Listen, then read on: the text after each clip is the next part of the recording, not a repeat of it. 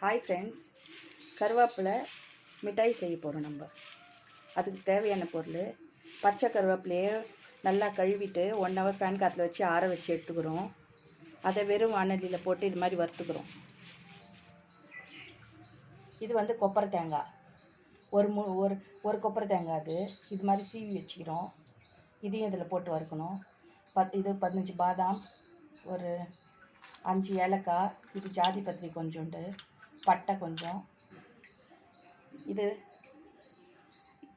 நாட்டு சர்க்கரை, பேரிச்சம்பழம். இதுக்கு தேவையானது, மிட்டாய்க்கு தேவையானது. கொப்பரை தேங்காய் இதில் போடுறோம். கொப்பரை தேங்காய், இந்த பட்டை, இந்த ஜாதி பத்திரி, இந்த ஏலக்காய், இதெல்லாம் சும்மா லைட்டாக வறுத்துக்கிட்டு எடுத்து வச்சுக்கிறோம்.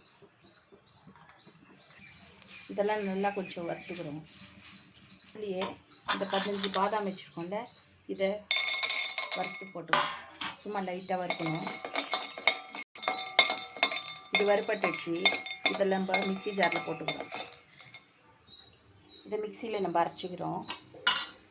சர்க்கரையும் இந்த பேரிச்சம்பழத்தையும் நம்ம லைட்டாக மெல்ட் பண்ணிக்கிறோம்.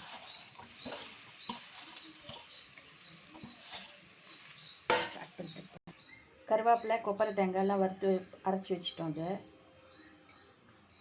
இது வந்து பேரிச்சம்பழமும் வெல்லமும் நாட்டு சர்க்கரையும் இதை ஒரு மிக்சியில் ஒரு திருப்பணும்.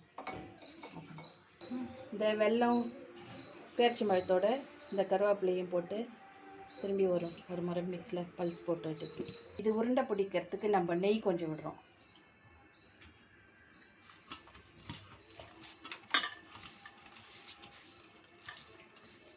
இது நம்ம சப்பாத்தி மாவு பதத்துக்கு பிசைஞ்சிட்டோம். இப்போ இதை உருண்டையாக பிடிச்சிடுறோம்.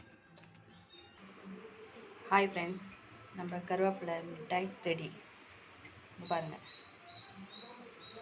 இது வந்து சின்ன பசங்கள்லேருந்து பெரியவங்க வரலாம் சாப்பிடலாம். குழந்தைங்களுக்குலாம் இப்போ இளநரெல்லாம் வருது.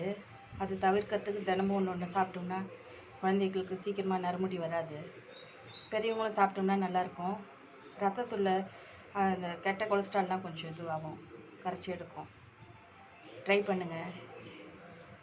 என்னோடய கருவேப்பிலை மிட்டாய் பிடிச்சிருந்தா சப்ஸ்கிரைப் பண்ணுங்கள், ஷேர் பண்ணுங்கள், பெல் பட்டன் அமுத்துங்க. Okay, bye friends.